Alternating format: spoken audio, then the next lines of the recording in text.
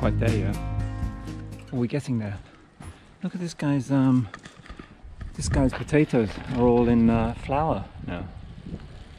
I wonder if mine are.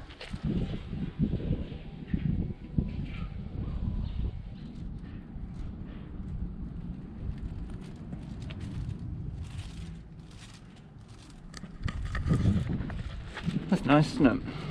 It's really warm today. It's about 27, 28. It's the week after the long holiday. We were back to work last week and it really feels like summer. It's early summer here in Tokyo at least.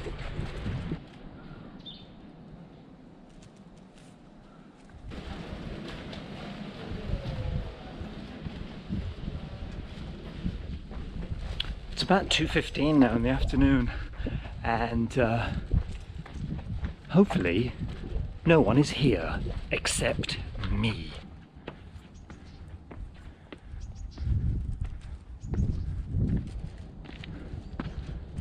No one here, is there?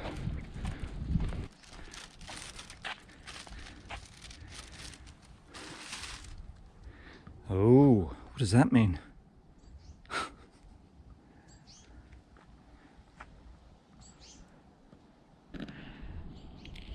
You may remember last week I secretly put in some veggies here.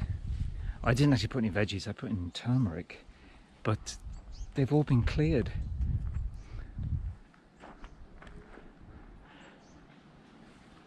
I get the feeling though they haven't been cleared by any particular owner, but they have just been cleared by the authorities, as it were. I wonder if I can find my turmeric. No, probably not. Oh well, it was worth a try, wasn't it? I just found these on my plot. It's some kind of black sugar ame, black sugar candy. Why are these on my plot?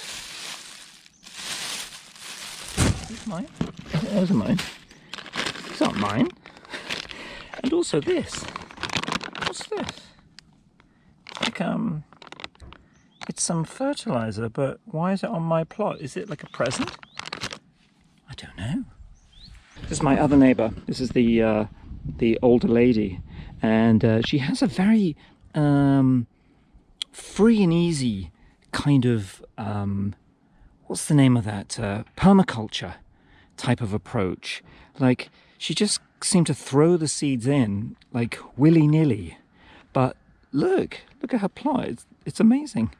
It's really well, you know, she's got potatoes here, and she's got lettuce, and she's got a few other things dotted around, and like, look, like little things just potted around. It's great.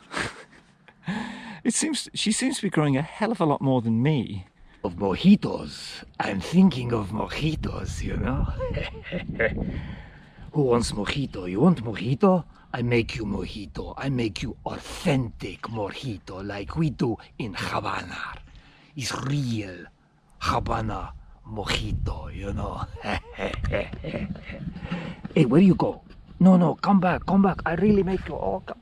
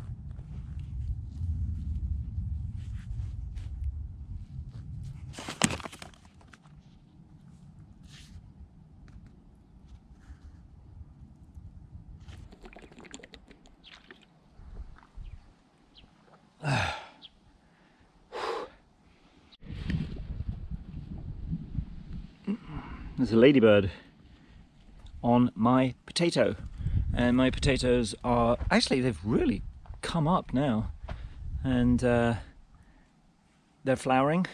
I wonder if the little oh, they're still there, the little maples.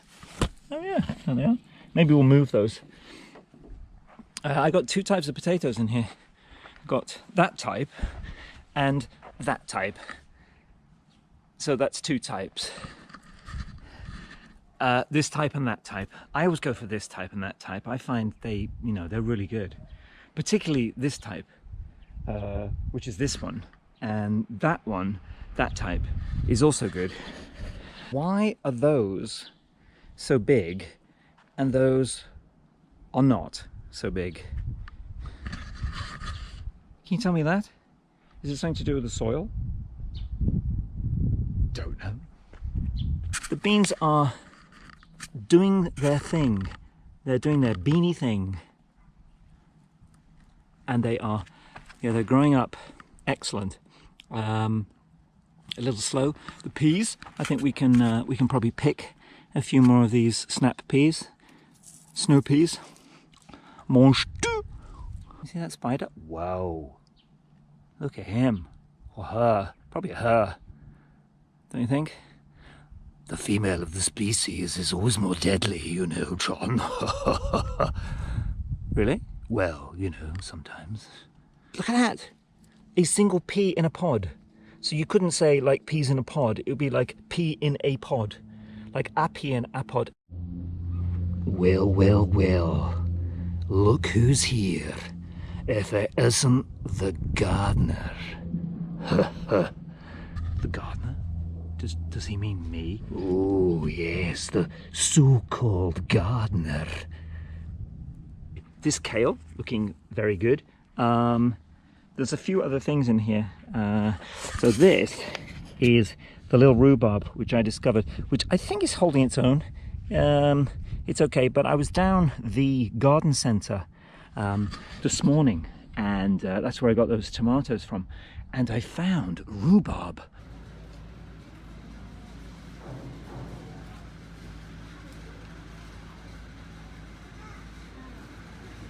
Rhubarb. And my golden rule is, when you see rhubarb, buy rhubarb. That is the golden rule I always live by. When you see rhubarb, buy rhubarb. And I don't think you can go far wrong then, because especially in Japan, where it is completely unknown, nobody knows what rhubarb is, except me. So I kind of feel that they're selling it just for me, and for people who are adventurous and who might think, I wonder what this is. Because it's not a crop I've ever seen for sale in Japan. I've never seen anyone grow it except me, and not so successfully for about the last 4 or 5 years. The first time I did find it and I grew it, it was fabulous, and it grew really huge, and I got quite a good crop.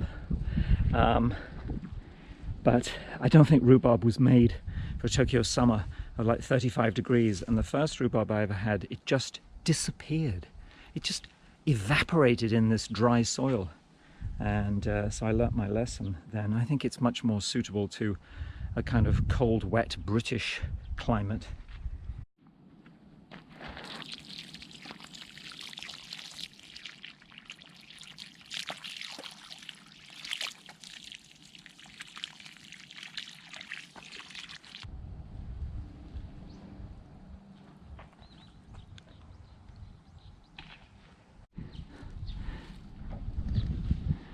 This is my coriander, which is looking fabulous.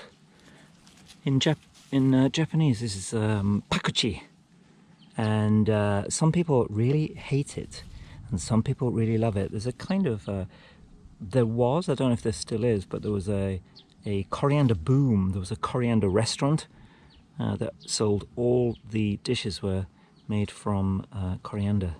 But yeah, I think it's great. My son doesn't like it. But I think it's fabulous. Oh, oh,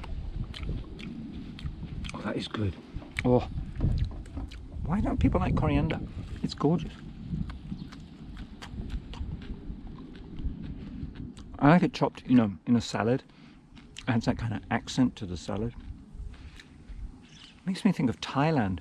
I think coriander. It's a very distinctive flavor. I guess I can understand why some people love it and some people hate it. But how about you? Do you like coriander? I mean raw? Let me know.